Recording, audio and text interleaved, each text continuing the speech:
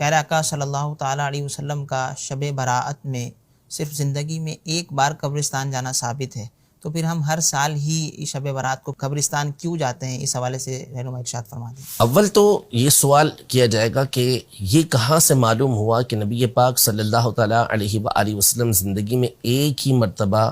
شب براءت کے اندر یعنی شعبان کی 15ویں شب میں قبرستان گئے، اس کے علاوہ آپ کبھی تشریف لے کر نہیں گئے؟ ذکر ایک مرتبہ ہوا ہے کہ حضرت سیدہ عائشہ رضی اللہ تعالیٰ عنہا کے گھر نبی پاک صلی اللہ علیہ وسلم تشریف فرما تھے، اور رات میں جب ان کی آنکھ کھلی اور وہ نبی پاک صلی اللہ تعالیٰ علیہ وآلہ وسلم کو دیکھنے کے لیے نکلی تو نبی پاک صلی اللہ علیہ وسلم قبرستان کے اندر بقیع کے اندر تشریف فرما تھے۔ تو اس سے یہ تو لازم نہیں آتا کہ نبی پاک صلی اللہ علیہ وسلم اس کے علاوہ کسی شعبان کی کسی اور 15ویں رات کو آپ کبھی قبرستان کے اندر تشریف لے کر نہ گئے ہوں، ایسا تو کہیں نہیں ہے۔ اول تو اس کی دلیل ضروری ہے۔ دوسری بات یہ ہے کہ نبی پاک صلی اللہ تعالیٰ علیہ وآلہ وسلم نے قبروں کی زیارت کا حکم دیا، فرمایا کنت نہیتکم عن زیارت القبور فزوروها، کہ میں نے تمہیں قبروں کی زیارت سے منع کیا تھا لیکن اب تم ان کی زیارت کیا کرو۔ تو اس حکم کے اندر کہیں کوئی اس بات کی تخصیص نہیں ہے کہ آپ 15 شعبان کو قبروں کی زیارت کے لیے نہ جائیں، بلکہ جیسے اور دنوں میں جانے کی اجازت ہے اسی طرح 15 شعبان کو جانے کی اجازت ہے، اور مسلمانوں کا اس کے اوپر عمل بھی ہے۔ نمبر 3 یہ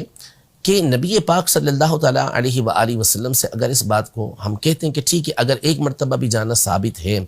تو جواز بھی ثابت ہو گیا۔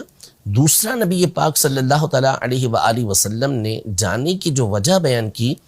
وہ اس رات میں اللہ پاک کی طرف سے ہونے والی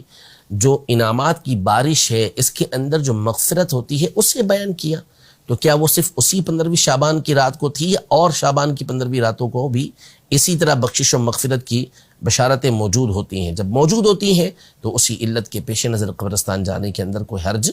نہیں ہے۔ ایسے بہت سارے افعال نبی پاک صلی اللہ علیہ وسلم کے آپ کو مل جائیں گے کہ آپ علیہ السلام نے وہ عمل ایک ہی مرتبہ کیا، لیکن دیگر دلائل کی روشنی میں علماء نے اس بات کو بیان کیا کہ وہ عمل ہمیشہ کیا جاتا ہے، اور یہ عقلی طور پر بھی ہے۔ جیسے دسترخوان ہے جو عیسائیوں کے اوپر عیسیٰ علیہ السلام کے ماننے والوں پر نازل ہوا، ایک ہی مرتبہ یہ دسترخوان نازل ہوا، لیکن حضرت عیسیٰ علیہ السلام نے فرمایا کہ تکون لنا عید الاولین وآخرین، کہ یہ ہمارے اول پہلے والوں کے لیے اور بعد میں آنے والوں کے لیے سب کے لیے عید ہو جائے، جو موجود ہیں ان کے لیے بھی عید، آنے والوں کے لیے بھی عید۔ تو ہوا تو ایک ہی مرتبہ، لیکن ہمیشہ کے لیے اس کے لیے جشن منانے کے لیے، اس کو عید بنانے کے لیے حضرت عیسیٰ علیہ السلام ارشاد فرما رہے ہیں۔ اور یوں ہی ہر معاملے کے اندر ہوتا ہے کہ آزادی ایک ہی مرتبہ ملی وطن کی، لیکن ہمیشہ اس تاریخ کو جشن منایا جاتا ہے، خوشی منائی جاتی ہے۔ تو عمل ایک ہی مرتبہ ہوا ہو لیکن اس کے اندر استمرار یہ بعد والوں کے لیے ہو سکتا ہے، اس میں کسی طرح کا کوئی